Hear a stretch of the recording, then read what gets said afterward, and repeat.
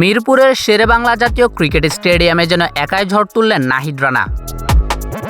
নিউজিল্যান্ডের বিপক্ষে দ্বিতীয় ওয়ানডেতে নাহিদ রানার গতির আগুনে পুরো 198 রানেই থেমে যায় কিউইরা। 5 উইকেট নিয়ে ম্যাচের চিত্রটাই বদলে দেন এই তরুণ পেসার।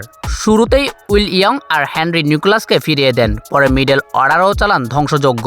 নিজের শেষ ওভারে তুলে নেন 5ম উইকেট, সম্পূর্ণ করেন ক্যারিয়ারের স্মরণীয় ফাইপার। কিউইদের হয়ে একাই লড়া করেন নিক কেলি, করেন 83 রান। তবে বাকি ব্যাটাররা ছিলেন ব্যর্থ। 199 রানের লক্ষ্য তাড়া করতে নেমে শুরুটা ভালো হয়নি বাংলাদেশের। দ্রুত ফিরে যান সাইফ হাসান ও সৌম্য সরকার।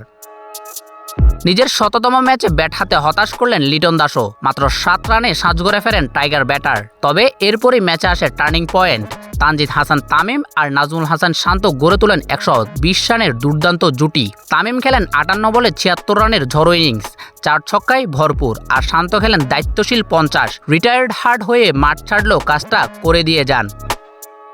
শেষ পর্যন্ত 87 বল হাতে রেখে 6 উইকেটের বড় জয় তুলে নেয় বাংলাদেশ। এ জয়ে সিরিজে দারুণভাবে ঘুরে দাঁড়ালো টাইগাররা। এখন সব চোখ সিরিজ নির্ধারণী ম্যাচে। আর সেই ম্যাচেও যদি নাহিদ রানার এমন আগুন ঝরা বোলিং থাকে, তাহলে স্বপ্নটা বড় কিছু হওয়ারই। Shahidul Alam Nahim, news 9 sports.